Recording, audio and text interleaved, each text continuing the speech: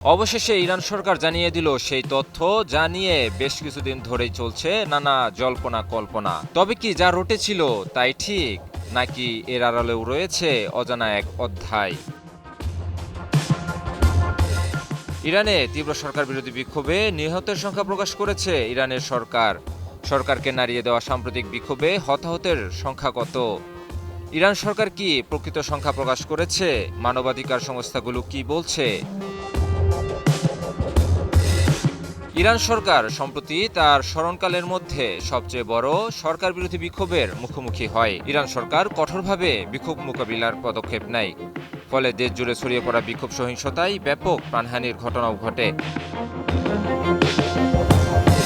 ইতিপূর্বে ইরান সরকার কখনো বিক্ষোভ সহিংসতায় ঘটা প্রাণহানির সংখ্যা প্রকাশ করেনি। তবে সম্প্রতি ইরানে সংঘটিত বিক্ষোভে প্রাণহানির সংখ্যা প্রকাশ করল দেশটির সরকার। ইরানের রাষ্ট্রায়ত্ত টেলিভিশনের প্রতিবেদন অনুযায়ী সাম্প্রতিক দেশব্যাপী বিক্ষোভে নিহতের মোট সংখ্যা ৩,১১৭ জন। দেশটির স্বরাষ্ট্র মন্ত্রণালয় এই তথ্য নিশ্চিত করেছে। সাম্প্রতিক বিক্ষোভে নিহতদের মধ্যে ২,৪২৭ জনকে শহীদ এবং ৬৯০ জনকে সন্ত্রাসী দাঙ্গাকারী হিসেবে ঘোষণা করা হয়।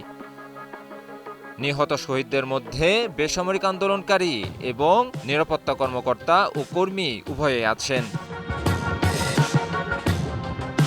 ইরানের জাতীয় নিরাপত্তা সংস্থা ন্যাশনাল সিকিউরিটি কাউন্সিলের সচিব আলী আকবর পৌরজামশিদিয়ান রাষ্ট্রায়ত্ত টেলিভিশন চ্যানেলকে দেওয়া সাক্ষাৎকারে বলেন, নিহতদের মধ্যে যারা বিক্ষোভে সন্ত্রাস ও দাঙ্গাবাজি করেছে, সরকারি ও সামরিক স্থাপনায় হামলা চালিয়েছে, তাদেরকে সন্ত্রাসী দাঙ্গাবাজ হিসেবে ক্যাটাগরিভুক্ত করা হয়েছে।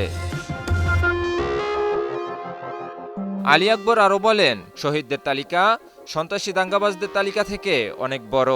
এই তালিকায় সাধারণ বেসামরিক বিক্ষোভকারী যেমন আছেন, তেমনি নিরাপত্তা বাহিনীর উল্লেখযোগ্য সংখ্যক কর্মকর্তা কর্মীও রয়েছেন। নিহতদের এই দুই তালিকা প্রমাণ করে যে সরকার শুরু থেকে শেষ পর্যন্ত বিক্ষোভকারীদের প্রতি সহনশীলতা ও ধৈর্যের পরিচয় দিয়েছে।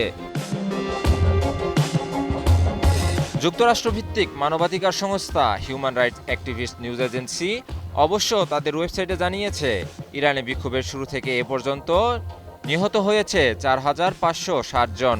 ইরানের অভ্যন্তরে নিজেদের কর্মীদের নেটওয়ার্কের বরাতে নিহতের এই সংখ্যা সম্পর্কে নিশ্চিত হয়েছে বলে জানিয়েছে মানবাধিকার সংস্থাটি। এদিকে বিভিন্ন সূত্রের বরাতে জানা গেছে, ইরানের বিক্ষোভে নিহতের সংখ্যা ১৫,০০০-এর বেশি। গত ১৮ জানুয়ারি ইরানের এক সরকারি কর্মকর্তা জানিয়েছিলেন, বিক্ষোভে অন্তত ৫,০০০ জন নিহত হয়েছেন। তবে আন্তর্জাতিক সংবাদ মাধ্যমগুলো ইরানে বিক্ষোভে নিহতদের এসব সংখ্যা এখনও স্বাধীনভাবে যাচাই করতে পারেনি। গত বছরের ২৮ ডিসেম্বর ক্রমবর্ধমান মুদ্রাস্ফীতি, মুদ্রার দরপতন এবং অর্থনৈতিক দুর্দশার বিরুদ্ধে তেহরানে শুরু হওয়া বিক্ষোভ দ্রুতই দেশের বিভিন্ন শহরে ছড়িয়ে পড়ে, যা একসময় সরকার বিরোধী আন্দোলনে রূপ নেয়। বিক্ষোভ দমনে ইন্টারনেট ও মোবাইল সংযোগ বন্ধ করে দেয় ইরান সরকার। সেই সঙ্গে দেশজুড়ে পুলিশ নিরাপত্তা বাহিনীর পাশাপাশি সেনাবাহিনী মোতায়েন করা হয়। তবে বর্তমানে ইরানে অনেকটাই শান্ত পরিস্থিতি বিরাজ করছে। ইমন আলী, নিউজ 24।